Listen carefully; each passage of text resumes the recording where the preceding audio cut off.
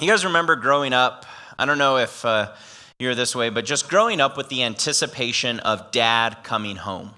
I know that for me, just even with my own kids, when you get off of work and you go home and pulling into the garage, when they were a lot younger and they would hear the garage door open, I could see as I'm pulling into the garage, the door open into the home, and then just the excitement of them jumping up and down, Daddy's home, Daddy's home, just that excitement. That anticipation takes on a whole new meaning though when you're in trouble, right? Especially if your mom gave you the famous saying, wait till your father comes home. And if your mom told you that, the anticipation completely changes to not excitement, but rather dread. That's the reason why grandparents have it easy. They really do, because their goal, or at least I've noticed with my parents, their goal is just to dote on the kids, spoil them, bless them, buy them toys, get them a bunch of sugar and donuts, and then send them home to me. And that's the role of grandparents, right? And the anticipation of grandparents coming over takes on a whole new meaning for the grandkids, because they're always excited to see grandma and grandpa, because grandma and grandpa buys them things and gives them things and doesn't discipline them, and I'm like, Mom, Dad, you guys can't be doing that. And they're like, no, we did our years of disciplining you guys. Our time right now is just to have fun with the grandkids, and you discipline them. But grandparents kind of have it, pretty good in that regard. Grandkids look forward to grandparents coming. Well, with that being said, there's probably no bigger coming event than that of the second coming of Jesus Christ. When finally Dad comes home, you could say. And most believers eagerly await that day. It's something that we look forward to, the coming of Jesus Christ, unless, I would say, we're living in a way that we shouldn't be. And the second coming of Jesus maybe kind of gives us some fear, maybe some anxiety. I found it interesting that Gallup recently did a poll, and 66% of people in America believe that Jesus is coming back. Now, that includes believers and unbelievers. 66% of the American population believes that Jesus is coming back. 25% more than proclaim to be born again, where he'll finally come back, where he'll finally rule and reign. But there are a few things that have to happen before Jesus comes back. There's a few things that need to take place. This is why Jesus taught us to pray, your kingdom come, your will be done on earth as it is in heaven. The second coming of Jesus Christ is so important, not just to us in the anticipation of it, but also to the Lord, so much so that he put it a lot in the Bible. It's mentioned over 1,800 times in the Old Testament and 300 times in the New Testament. The second coming of Jesus is so important to the Lord that one out of 25 verses in the Bible have to deal with the second coming. That's way more than having to deal with his first coming. Really, if you look at it, 8 verses on the second coming, verses for every 8 verses on the second coming, there's only 1 verse for the first coming of Jesus. And the things that we're going to be talking about today in Daniel chapter 11 really are a prelude to the second coming of Jesus Christ.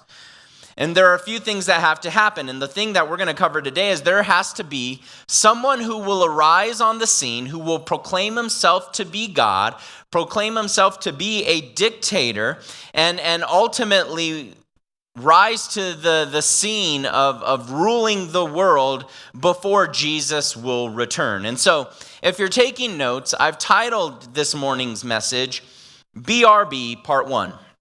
BRB Part 1, and if you don't know what that is, that's texting code for be right back. Be right back. Jesus said, in my Father's house are many mansions. If it were not so, I would have told you. Therefore, I go and prepare a place for you.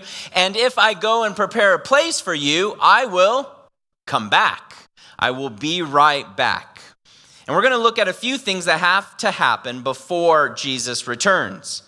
And we're going to look specifically at this coming world leader who will rule and reign and the things that take place in his life before Jesus comes back. Verse 36, we're going to look at the coming leader's ego. the coming leader's ego. Verse 37, we're going to look at the coming leader's earthly mind, his earthly mind. Verse 38 through 39, we're going to look at the coming leader's engagement. And then verse 40 through 45, we're going to look at the coming leader's end. The coming leader's end. Now, if this is your first time or you haven't been with us in a while, I always like to set the scene so we're all moving in the right direction, kind of recap where we've been. We are currently in the Old Testament book of Daniel in a series that we've titled Define the Status Quo. And we've been looking at the life of Daniel, the prophet, an amazing story, an amazing person in the Old Testament who stands out as one who would defy the status quo. He would rise to the scene as really a nonconformist. And that really was his life, but also the biblical calling for us as believers. Romans 12:2 says, "Do not be conformed to this world, but be transformed." And Daniel would stand out from the crowd. When life was not going his way, when life was hard and difficult, he would not just survive, but thrive in those conditions. Even when he was thrown into a lion's den, even when his friends were persecuted, even when he was taken captive as a prisoner of war at the age of 14, he refused to defile himself against the things of God and honored the Lord by eating what was right and doing what was right in all areas of his life. And the book of Daniel can be broken up into two sections. Chapters 1 through 6 focuses on the man. It focuses on the prophet Daniel. It focuses on his life and the things that he went through and the things that he experienced and the kings he served under. He served under 5 or 6 different kings and 2 major world empires, the Babylonian Empire and the Medo-Persian Empire. But then the book shifts, where the first half of the book is written in Aramaic, the last half of the book is written in Hebrew, chapters 7 through 12. And these chapters have to deal with the message of the prophet. They have to deal with his prophecies and the Lord speaking to him. And where we're at now, Daniel chapter 10, Daniel chapter 11, and Daniel chapter 12 is the final prophecy given to Daniel. It's one prophecy, but it's played out in 3 chapters. And this final prophecy has to deal with the time of King Cyrus all the way to the second coming of Jesus Christ. And what we see in these last few chapters are not apocalyptic in the sense of what we're used to when we think of the word apocalypse. We think of fire from heaven, destruction, end times. But the word apocalypse simply means to reveal or to pull back the curtain. And that's what Daniel is doing here. He is pulling back the curtain to reveal the things to come, to reveal future events. And for Daniel, major portions of this, or all of this, was future for him, but for us, major portions of this are already historical. They've already happened. As a matter of fact, we went through them last week. Chapter 11, verse 1 through 34, have to deal with 135 prophecies, 135 prophecies that were proclaimed in those 34 verses. And of those 135 prophecies, each and every single one of them has already happened. It tells us about certain kings that will rise up. It tells us about the Greek Empire that will rise up. And from the Greek Empire, there'll be this amazing guy that will rise up. And when he dies, his kingdom will be divided into 4. Well, we know that because of history. For Daniel, it was future. But for us, we know the Greeks, Alexander the Great, when he died, his empire was broken up into 4 kingdoms and under his 4 generals and so on. And what I would like to say before we jump into this is, if those 135 prophecies in these first 34 verses have happened, then as we look at verse 36 through 45, things still yet to come, future events, if those have already happened, then these things will surely happen as well. And these things will take place. And one of the reasons why we believe that Daniel to be the prophet of the Lord, and one of the reasons why these things are so accurate, is because we believe that God knows the future, God knows the past, and he's able to dictate what happens and what takes place in those times. And this is one of the reasons why the book of Daniel is criticized so often, because of the accuracy of the predictions. People look at it and say there's no way that someone could have been told these future events. The book of Daniel must have been written after those events. But this is, and they'll criticize Daniel for that. But the moment you start criticizing Daniel for that, you ultimately criticize Jesus. Because Jesus told us that when you see the abomination of desolation as spoken of by Daniel the prophet, Jesus believed Daniel was a prophet. Jesus believed that and knew that Daniel could see the things that revealed to him by God. And so what we're looking at today, last week were historical events that have happened. And I gave you a piece of paper that showed you the kings of the Syrian Empire, the Egyptian Empire, the Ptolemaic Empire, and so on, of all the kings that are played out. What we see here is the scene shifts. And now we're looking at future events. And I'll explain why I believe those to be future events as we jump into this right now. Notice our first point, verse 36. The coming king's or the coming leader's ego. It says, then the king shall do according to his own will. He shall exalt and magnify himself above every god and speak blasphemies against the God of gods. He shall prosper till the wrath has been accomplished, for what has been determined shall be done. The Bible tells us throughout Scripture, throughout all of the Bible, that there is going to be coming a king one day, a future world dictator, who will unify the world, but he will be filled with the devil. And people will flock to him. People will worship him. People will look to him as the coming Savior. I find it interesting because that is something that our world is looking for. It feels like every political season we're looking for a new person to save the day. We're looking for a new person to save us from whatever it is going on. Recently, Time Magazine did an article on inflation called Inflation, Who Hurts the Worst? And it discussed, amongst others, a 43-year-old steel worker in Chicago, Illinois, married with 5 children on a very low wage, he said this, I quote, "You really want to revolt, but what can you do? I keep waiting for a miracle, for some guy who isn't born yet, and when he comes, we will follow him like he was John the Baptist." And the Bible tells us, yeah, there is a guy coming like that. There's a guy coming like that who people will follow. You don't want to follow him, but people will follow a coming king, a coming ruler before Jesus Christ comes and rules and reigns forever.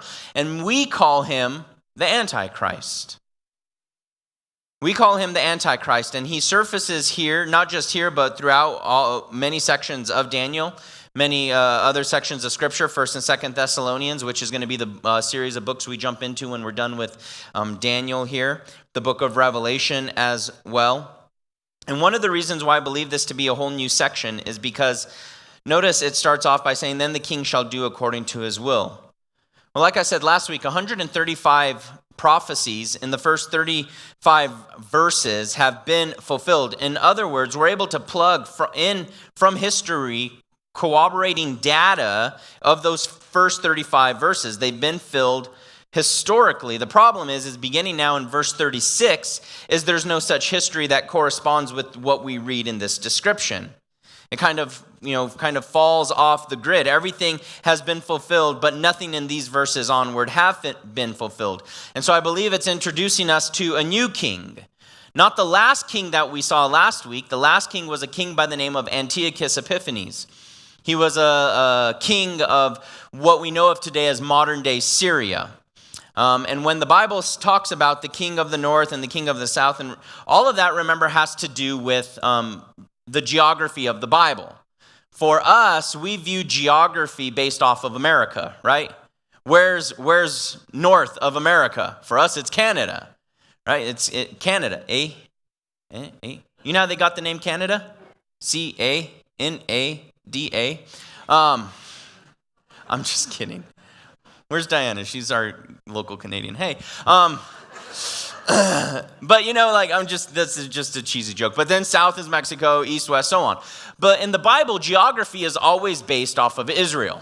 What's north of Israel, what's south of Israel, what's east of Israel, what's west of Israel, because that's the importance that the Bible plays on, is the importance of Israel according to the Lord. And so what we see here through this is not Antiochus Epiphanes of the north, but rather one who is like Antiochus Epiphanes. And Antiochus Epiphanes was a brutal guy. Brutal in every regard. We know according to history, he sacked the city of Jerusalem, killed 80,000 Jews, desecrated the temple by sacrificing a pig on the altar, which for Jews, of course, a pig is an unkosher animal, and he made the high priests eat pig, eat bacon. He killed babies and made the moms wear the dead hanging babies as necklaces around their neck. He marched men and women off the Temple Mount and to their destruction. I mean, the guy was evil. He was a ruthless dictator. And here is a king. What we see here is a king who is like him. He's different, but he is like him in his vindictiveness, in his evil, in his hatred, even in his abominations. Verse 36 tells us he'll do what he wants and he'll blaspheme God. The Bible has roughly 25 different titles for this man.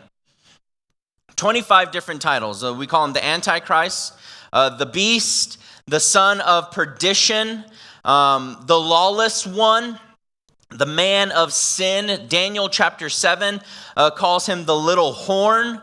Daniel chapter 8 calls him the King of Fierce Countenance. Daniel chapter 9 calls him the Prince that shall come. And all of these speak of the same person, a ruler who will come to the planet Earth just before Jesus comes in his second coming. And notice one of his main characteristics. He will do what he wants, and he will blaspheme against the God of gods. You could say his ego is not his amigo. His ego will be his destruction. Because as Proverbs tells us, that pride goes before the fall. He has a big mouth, you could say. The little horn we saw in Daniel chapter 7 spoke pompous words. And he's always running his mouth, blaspheming God. He knows how to make friends and influence people. He knows how to play the game. And at first he will be friends, according to Revelation, at first he will be friends with the Jews. He'll set up what the Bible calls a 7-year peace agreement with the Jews, between the Jews and the Arabs or the Muslims. And then 3.5 years into that peace agreement, he will break the peace treaty and set up an image of himself in the temple, the Jewish temple, and proclaim himself to be king and be worshipped.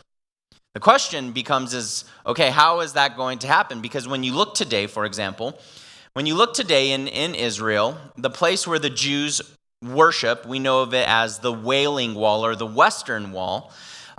You look at that and say, okay, how can the Jews build a temple on top of the Temple Mount where it houses this big golden dome? You guys familiar with that? What we call the Dome of the Rock, which is Islam's third holiest site. How will that happen? How will that take place? Well, it's interesting today because as you start looking at different areas, especially when it comes to the Temple Mount, when you start looking at Bible prophecy and the history of the things that took place when the destruction of the temple took place, and then the building of the Dome of the Rock, and then now where we're at with the Jewish nation, there's a lot of interesting things happening behind the scene. For example, there's a group of people that run, or Jews that run a institute called the Temple Institute. And you can go to Israel. If you go to Israel with us, we'll take you to this place. It's called the Temple Institute. And there, what they have, it's kind of like a mini museum right now, but what it is they have started recreating all the temple instruments, all the vestibules, all the things needed in order for the temple to run. And so when you go to Israel today, they have this 8-foot golden menorah that stands outside in this clear glass case. And right next to it is the Temple Institute. And when you go inside, you can see all the instruments for animal sacrifices, all the priestly garments already pre-made and ready. They are currently working with a group of farmers in the state of Kentucky today to breed a red heifer, which according to Numbers, a red heifer was needed for the animal sacrifices so that you can make an animal sacrifice for the forgiveness of sins in the temple. Well, they're working with breeders in Kentucky right now to figure out a way to breed a red heifer. Just a lot of interesting things that are taking place. And then there's this new theory, I don't know if it's new, but there's this theory that's out there called the displacement theory. And what it is, it's the theory that there's actually enough room on top of the Temple Mount to be able to build the Jewish temple. If you take the measurements of the Old Testament Jewish temple and you measure it out, there's actually this courtyard right next to the Dome of the Rock that can actually house the Jewish temple. And I just find it interesting because how is the Antichrist going to be able to make peace between the Jews and the Muslims and allow the Jews to build their temple on a place that is considered Islam's third holiest site? Well, this theory kind of matches that, where you're able, I'm not saying these things are guaranteed to happen or anything like that. I don't want to, get myself into trouble here, but what I'm saying is that there's some interesting things lining up and taking place. And what we see is this man will rise on the scene, the Antichrist, and he will do as he pleases. He will, of course, break that treaty 3.5 years into the peace agreement. And it tells us that, Revelation tells us that it is then at that point he will have what Jesus called the abomination of desolation, where he will go into the temple. After the temple has been rebuilt, they already have all the tools and instruments and everything ready to go. So when the word goes that they can rebuild, they can just put it all together. And he will go in there and he will set up an image of himself. The Bible tells us that is as if it's living and breathing. Well, when Daniel wrote those things, and when John wrote them in Revelation a few hundred years later from when the book of Daniel takes place, there was no way that could have happened. How can you set up an image of yourself that is living and breathing? 100 years ago, even in the world we live in today, 100 years ago, that was impossible. But in the 90s, scientists cloned a sheep, didn't they? And now they just cloned some monkeys. And now we see cloning kind of starting to take place. I'm not saying that that's going to be the case. Maybe it is a clone. I think another interesting theory is maybe a hologram. If you guys are into pop culture at all, a couple of years ago, and I use this as an example all the time, a couple of years ago at a Coachella Music Festival, they had a hologram of Tupac up on stage, rapping and talking to the participants at Coachella. And so it could be a living, breathing, looking like a hologram of himself. I believe they made one of Prince, a hologram that I believe Justin Timberlake was going to use today during the Super Bowl halftime show, but they asked him not to use it. But they have a hologram of him. I mean, it's just all of these interesting things that you look at the Word of God and you look at the times in which we live, and it seems like there's so many different things that are starting to fall into place in order for a coming leader to rise onto the scene. Notice it tells us in Revelation, the whole world was astonished and followed the beast, one of the names for the Antichrist, the guy we're talking about here. Men worshiped the dragon because he had given authority to the beast. And they also worshiped the beast and asked who is like him and who can make war against him. One of the things he will do is, notice he will blaspheme the God of gods. He'll do as he wishes, so ego. And then he will blaspheme the God of gods and shall prosper.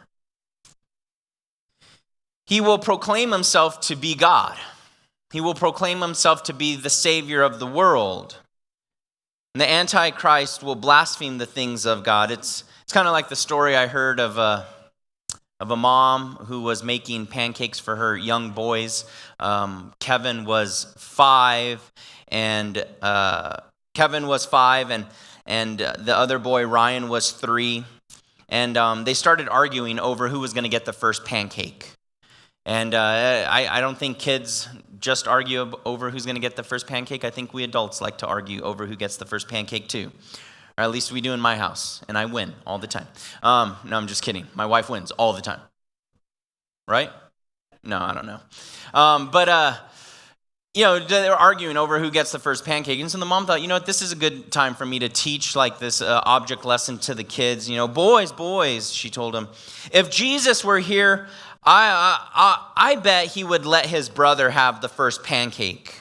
And Kevin looked over to his younger brother, Ryan, and said, hey, you be Jesus. When you have that kind of pride, that kind of haughtiness, that haughty spirit, pride goes before the fall. And though that is true generally, it's never more true than the Antichrist. He will puff himself up and be proudful. Haughty spirit comes before the fall. So you can look at this and look, man, this is the type of guy he will be. He will be cocky in his approach to things. He'll have an ego. Notice the next thing, he'll also have an earthly mind. Verse 37, it says, he shall regard neither the God of his fathers, nor the desire of women, nor regard any God, for he shall exalt himself above them all. One of the things that we see here is that he doesn't care for religion. Whether he was raised in some sort of religious home, he will not regard the God of his fathers. Now, we look at this and we think, okay, well then what kind of guy is he? The Bible tells us that the coming world leader will come out of the old Roman Empire. Out of the old Roman Empire. And we look at that, and that's based off of Daniel chapter 2, Daniel chapter 7. If you guys were here with us, Daniel was given a dream, and in the dream he saw this massive statue. And in the statue it had a head of gold, chest and arms of silver, a stomach and thigh of bronze, legs of iron, and then feet made up of iron and clay. And Daniel tells King Nebuchadnezzar in the interpretation of the dream, and tells him, "O King Nebuchadnezzar, you're the head of gold. The Babylonian Empire is the head of gold. After the Babylonian Empire will come the chest and arms of silver, which is a representation of the Medo-Persian Empire.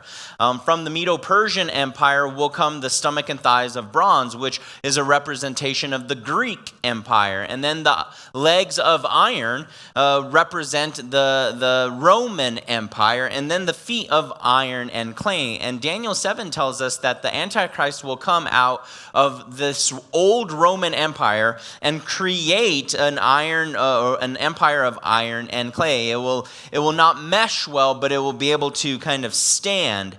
And we look at that and think, okay, how can, if that's the case and the Antichrist is going to come out of the old Roman Empire, how can that be the case? Because, well, the Roman Empire fizzled out. If you remember, it wasn't necessarily conquered.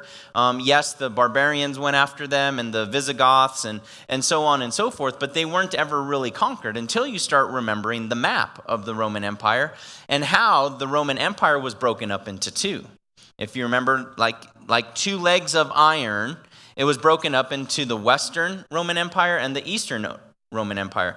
The Western Roman Empire was ruled by Rome and Italy and so on, but the Eastern Roman Empire, a guy by the name of Constantine set up a whole new capital, named it Constantinople, because that's original, name something after yourself. And, he named it Constantinople, and today it's the modern-day city of Istanbul in Turkey.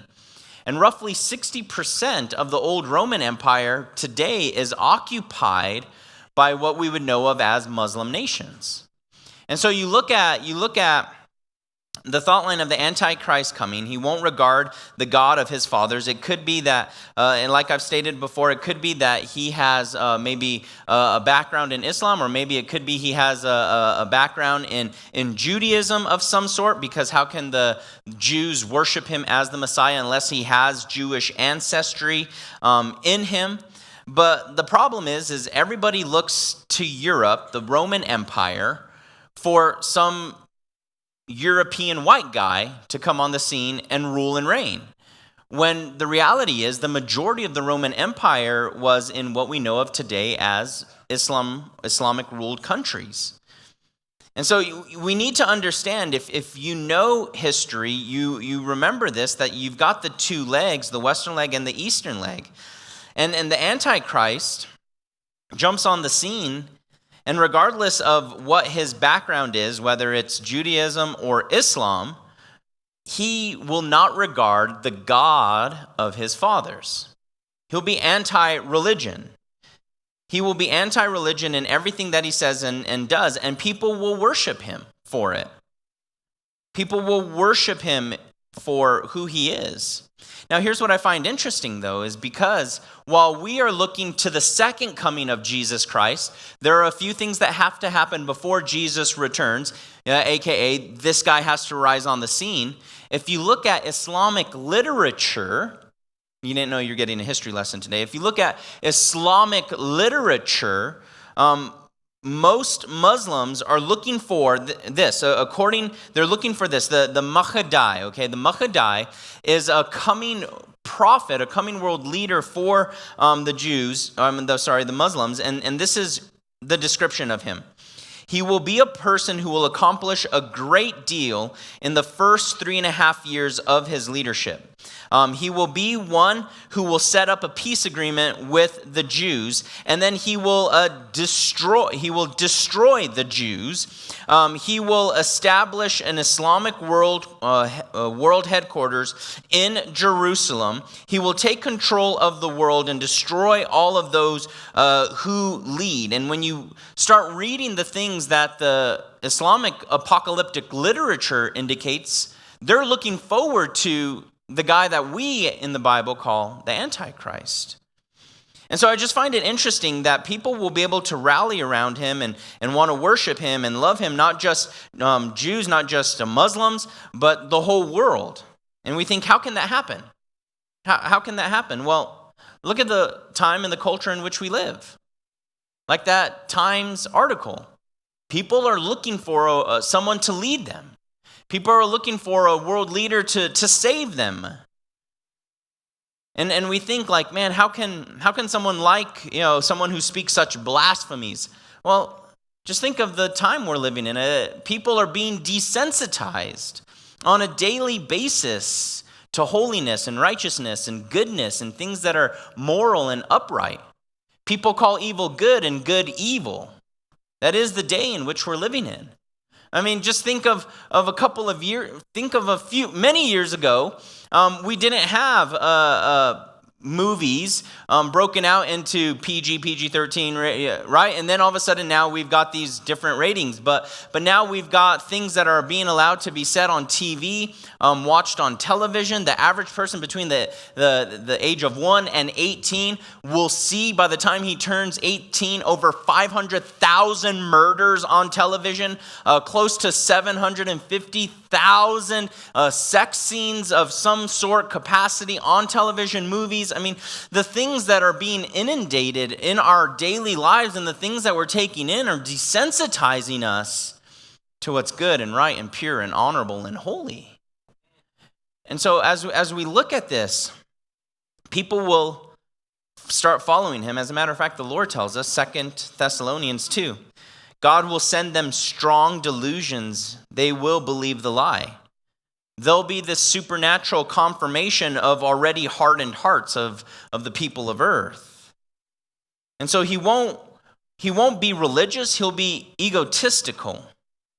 And he won't regard the Lord in any way, shape, and form. He will have an earthly mind. He will not think of heavenly things, but things of this earth. Notice our third point, verse 38 through 39, the coming leaders' engagement.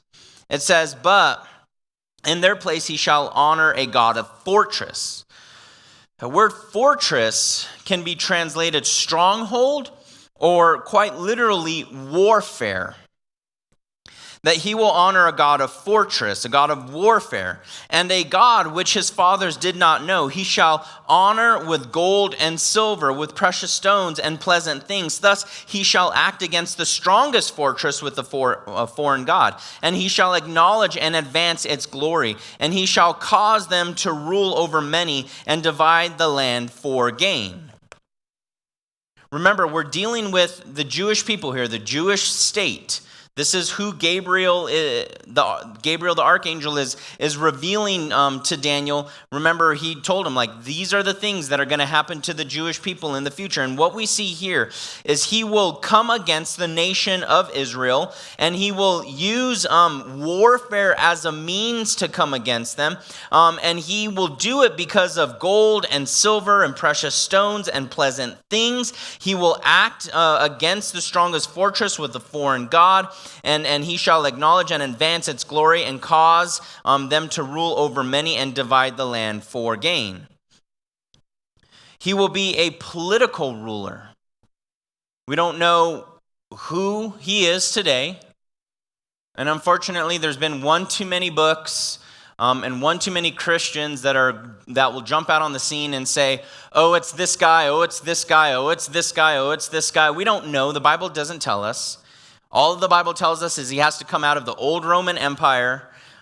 He has to come out of the old Roman Empire, have some sort of religious heredity behind him.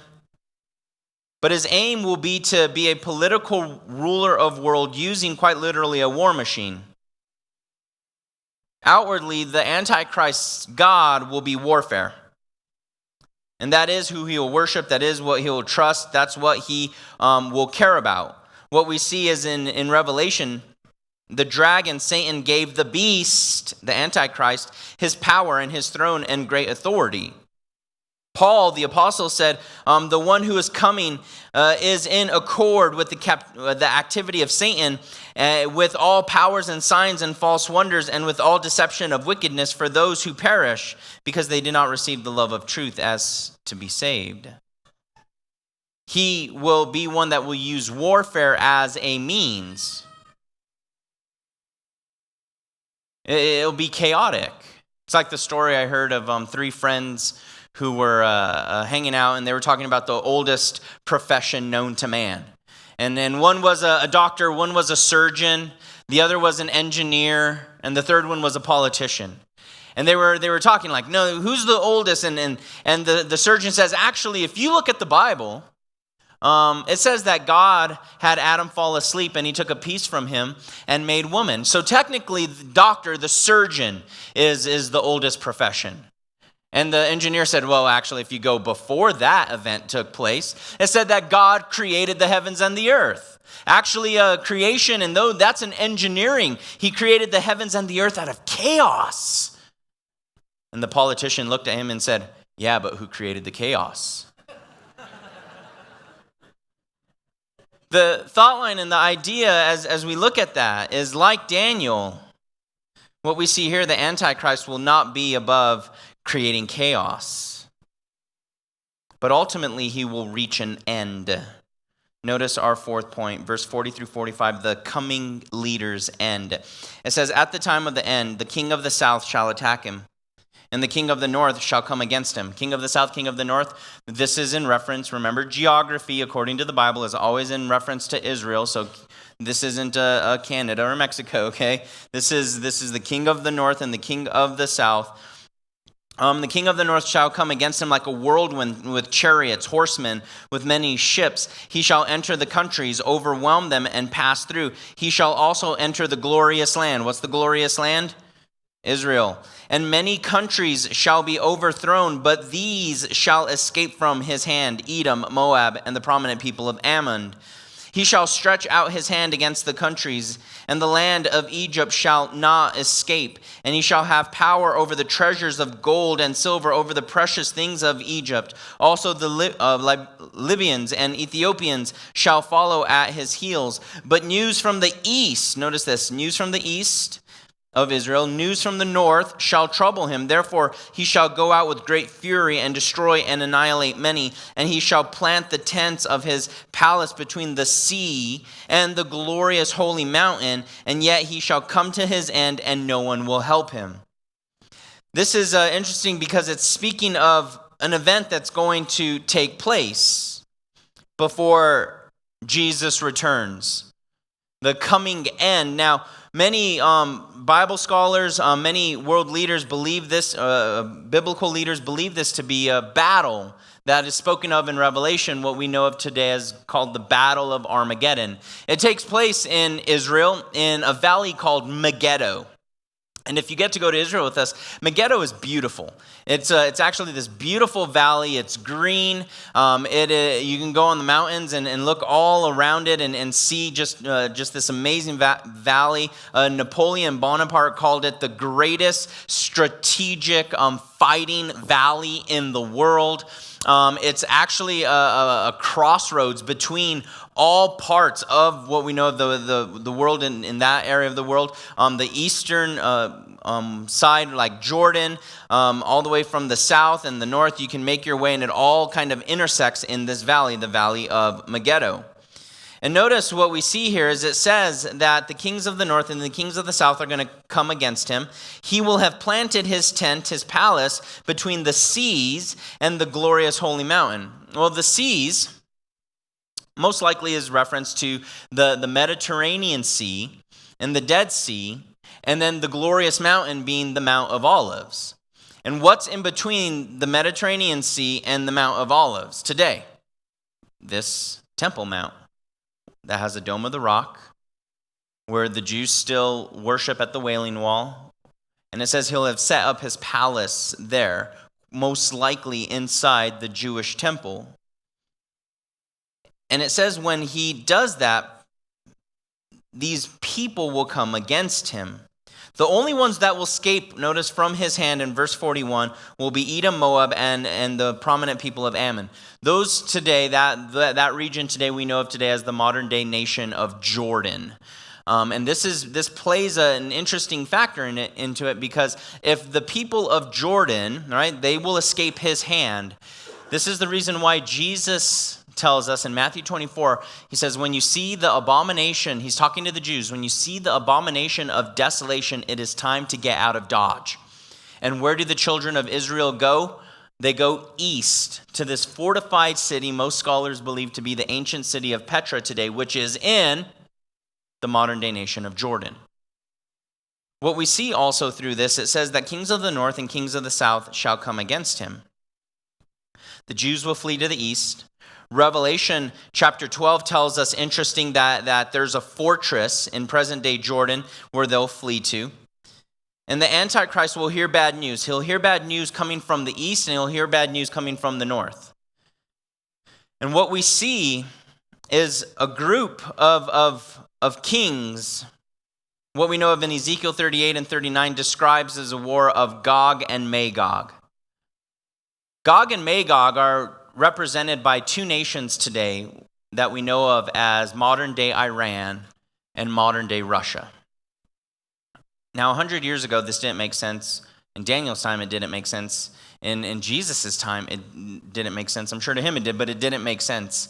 Until recently, now that Gog and Magog, modern-day Iran and modern-day Russia, recently signed a peace treaty, basically stating if Iran ever goes to war, Russia will have its back. Well, who and what nation is the nation that Iran wants to destroy the most? Israel. Israel and America. We're big Satan and little Satan. They want to destroy Israel the most. And the moment that if Iran gets nuclear powers or gets anything, that's the reason why there's always the deterrent of them getting nuclear powers. There's always these mystery bombings that happen that nobody can explain. And I probably think it's because, Israelis are flying in at night and, blowing up nuclear centrifuges and stuff like that. Russia and Iran will join forces. Why? Because they just signed a peace treaty to have one another's back in case of war. Notice it tells us that kings from the east, Revelation describes the kings from the east as a nation that will march 200 million foot soldiers into the valley of Megiddo, into this valley for war. Well, what nation today do we know of from the east that has an army of 200 million? China. 100 years ago didn't seem possible. In Jesus' time, it didn't seem possible. In Daniel's time, it didn't seem possible. But as you look at the events that are happening and taking place around us, the peace treaties that are happening, the 200 million foot soldiers in modern day China that Revelation 9 speaks of, where they will cross the Euphrates River and make their way into Israel. And notice one of the reasons why is because what we see through this is the Antichrist will have power over treasures of gold and silver and all kinds of precious things. Well, when you look at Israel today, it's kind of interesting because they're becoming one of the world's fastest economic powers in the world. They're saying that many parts of Israel today are kind of like becoming like the modern day Silicon Valley. The inventions and the things coming out of Israel. If you use Waze, you guys know that app, Waze. I think Google just bought them. Israeli company. All of these different, Wonder Woman, Israeli. I mean, just because I just want to, right? Gal Gadot, right? She's Israeli, but you've got all of these things coming out, and not just that, but recently, Israel has just recently tapped in off the coast of Israel into a natural gas pocket that is said to be able to fulfill natural gas supply for Israel and even the region for close to 500 years, they're saying. Imagine how much money is invested in that. Gold, silver, precious things. Why wouldn't the Antichrist want that region? Why wouldn't he want that area? He'll have his tent between the seas and the holy mountain. That is until at the end of this battle, it says, and yet he shall come to his end, and no one will help him. Revelation tells us that while this battle is taking place, that the heavens will clap thunders. And in Revelation 19, it describes the end for this Antichrist. Revelation 19 tells us this: I saw heaven opened, and behold, a white horse, and he who sat on him was called Faithful and True, and in righteousness he judges and makes war. His eyes were like flames of fire, and his head were many crowns. And he had a name written which no one knew except himself. He was clothed with the robe dipped in blood, and his name is called the Word of God. And the armies in heaven, clothed in fine linen, white and clean, followed him on white horses. Now out of his mouth goes a sharp sword, and with it he strikes the nations, and he himself will rule with a rod of iron. He himself treads the winepress with the fierceness of the wrath of the Almighty God. And he has on his robe and on his thigh written King of Kings and Lord of Lords. So Jesus has a tattoo on his thigh. I'm just kidding. Sometimes people get mad at me when I say that, but the Bible says written on his thigh. What else could it be? Just, you jump to conclusion there, all right? Don't get mad at me. It's the Bible. Written on his thigh, King of Kings and Lord of Lords. And it says, and I saw the beast, the one that we've been talking about, and the kings of earth and their armies gathered together to make war against him who sat on the horse and against his army. And the beast was captured, as well as his false prophet who worked signs in the presence, by which he deceived those who received the mark of the beast and those who worshipped his image. And those two were cast alive into the lake of fire burning with brimstone. Before Jesus comes back, this guy has to rise on the scene. And then when Jesus comes back, Revelation tells us that he will enter in from heaven on Air Horse 1, right? He will rule and reign. He will get rid of the Antichrist. He will get rid of the false prophet. They'll be cast into the lake of fire. And that's how it comes to an end for him. No one will help him. No ally can help him. Why? Because Jesus returns with his armies of heaven. If Jesus told us, remember, he told his disciples, he says, in my Father's house are many mansions. If we're not so, I would have told you. Therefore, I go and prepare a place for you. And if I go, I will come again. It's a promise given to us. And ever since those words have been uttered, the church for 2,000 years have been waiting for him to come again. He told us, hey, I'm going to be right back. I'll be right back. BRB, I'll be right back. And that's the reason why so many songs and so many hymns have been written about his second coming. This is the ultimate reason for us to look forward, not necessarily to the destruction and the things that will happen, but to look forward to one day when Jesus rules and reigns, when all of the things around us are gone, when all the sorrow of the world and the oppression that we've been reading about is done. As we close, two things I'd like to take from this morning's message, and then we'll take communion. Number one, we need to remember that deception is coming, so be on guard. Deception is coming, so be on guard. There's going to come a ruler, a leader that many people are going to look to, many people are going to want, many people are going to want to be around him. And we've got to be on guard. Jesus warns about birth pangs taking place. And how do we be on guard? Well, we be on guard by getting into the Word, by praying, and by preaching the gospel. Because Jesus is still in the process of healing people and miracles and saving people's lives. And so we need to make sure, man, that we're on guard. Live, be on guard. Don't let sin entangle you and deceive you, but keep on working. And number two, and we'll close with this, Jesus is coming, so be ready.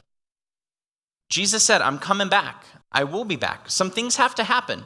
We've got to meet this Antichrist guy. There's some things that have to happen before Jesus comes back. And so for us, are we ready? Are we ready for him to come back? Do we have a right relationship with him? Have we given our hearts and our lives to him? He comes back and he will wipe out sin and the rulers of this world and armies and so on. And many of us have friends, family, neighbors, workers, co-workers that need Jesus.